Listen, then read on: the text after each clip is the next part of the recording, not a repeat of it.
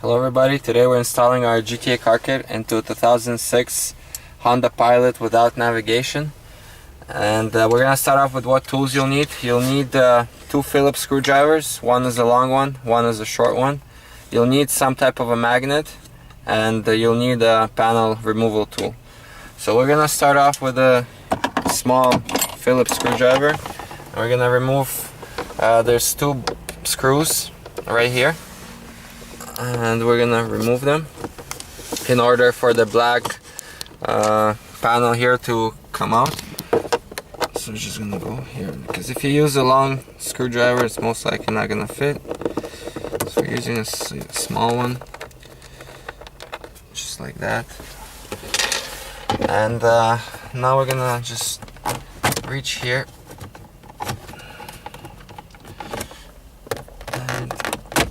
Panel is going to come off.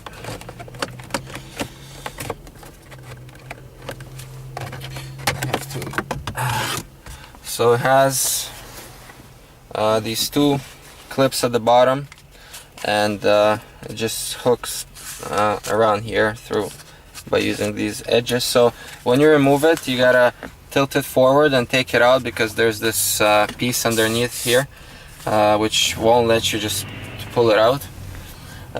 Once you remove that, you're gonna have to remove this piece, and we're gonna go and just pull on it.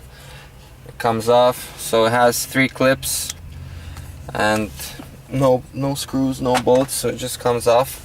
The next part is to remove this panel around the radio, and it's pretty hard to remove it the first time. You can use a trick, because the clip is right here. So you can use a trick by just lifting it right at the clip and it will come off. But because we removed it already, it's going to be a little easier. So it came around here, and then we're going to use our clip removal tool or the panel tool to just kind of pop it from the back. Because if you try to pull on it, you might break it, but if you do it from the back, it's a little easier. So then there's one more clip left, and remove it. We're gonna get underneath here and it comes off. So there's two clips here, and there's two on the other side, and we're just gonna move this panel to the side because it's not really in the way. It is, but it's not. So once you remove that, you'll see that there's four bolts slash screws holding the radio. So if you by any chance strip them because they're Phillips, you can use an 8mm socket to undo them. So there's two on this side and there's two here. So we're gonna go ahead right now and remove these four screws slash bolts. So we just removed the four bolts, and earlier in the video I mentioned that you need a magnet, and I forgot to tell you why. It's because when you take these bolts out, they're kind of far away, especially like this one. And when you have a magnet, you can just take it out once you unscrew it, so it's way easier and it's not gonna fall. So you can just go like that and take it out, so it's not gonna fall somewhere down there, and then you're gonna be looking for it. So we're gonna first show you the kit. So this is what the kit looks like. It has the module in the middle, and then you have, this is what's gonna go to the back of the radio. If you have a rear entertainment system like a DVD in the back or XM radio, you're gonna need to get a Y cable, and basically the connection at the back is gonna be occupied. So by using a Y cable, you're gonna be able to keep both the rear entertainment and the kit at the same time. And then on the other side you have your iPod, iPhone cable, and the 3.5mm jack, and they both come with the kit. You don't have to buy anything extra.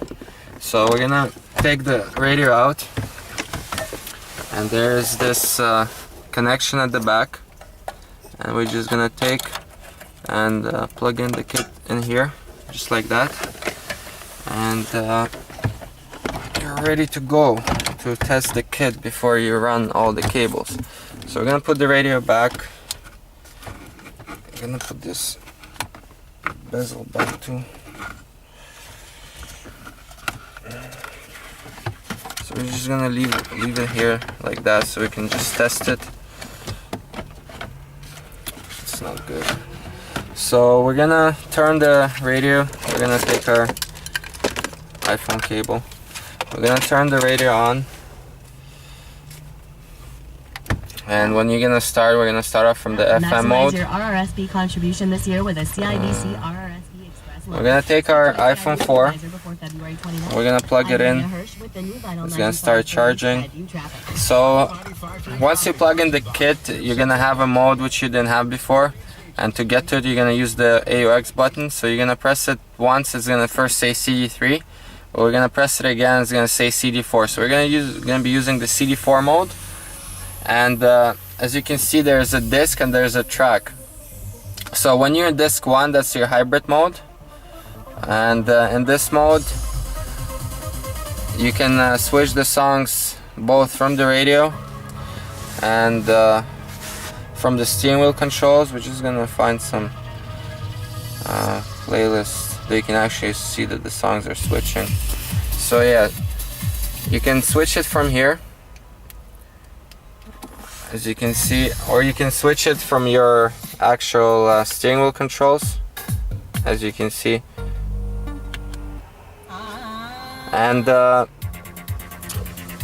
And also you can switch it from here because the iPod iPhone is unlocked. But another option that you can listen to the playlist through our kit, and that is going by pressing the disc plus button. So it's gonna switch to disc 2. The iPod gets, or iPhone gets locked, and you can only control it through the radio or through the steering wheel controls. But it's mostly for cars that have text display, but this car it's not gonna be supported. So basically you're kind of a little bit blind. But so disc 2 is your first playlist, disc 3 is your second, disc 4 is your third, and so on. And if you want to get it unlocked back, you just go back to disc 1 and it unlocks. So you can just choose the playlist manually. That's what I usually like to do. So I just choose my playlist manually. Let's say this one. You put it here and you press shuffle. You can put the iPhone, iPod away, and you can just scroll through all the songs through your radio or through your steering wheel controls. And then all your functions like the 6-disc changer will still work, the FM and AM, nothing will be lost. You're just gonna get an option which you didn't have before, and you're gonna be able to use iPod, iPhone, or any device that has a 3.5mm jack. So when there's nothing connected, it's gonna say this 4 track 3, and in this mode you can just use the AUX. And same thing with AUX, it's not gonna charge, and you can only switch it from the iPod. So it's mostly for devices like Android phones and stuff like that. So once you tested everything and everything works properly and placed through all the speakers and all the controls work, you're gonna have to run the cable. The best place to run the cable on this car is to the glove box. And to do that, you have to fish it. You're gonna have to remove the radio and you have to fish it through here, through this little opening here, and you're gonna be able to, if it's a little closed, you're gonna be able to feel that there's an opening in between here, so you can just feed it through. And that's pretty much it. So again, this was a video for GTA car kits in a 2006 Honda Pilot, and hope you liked the video, and we'll see you next time.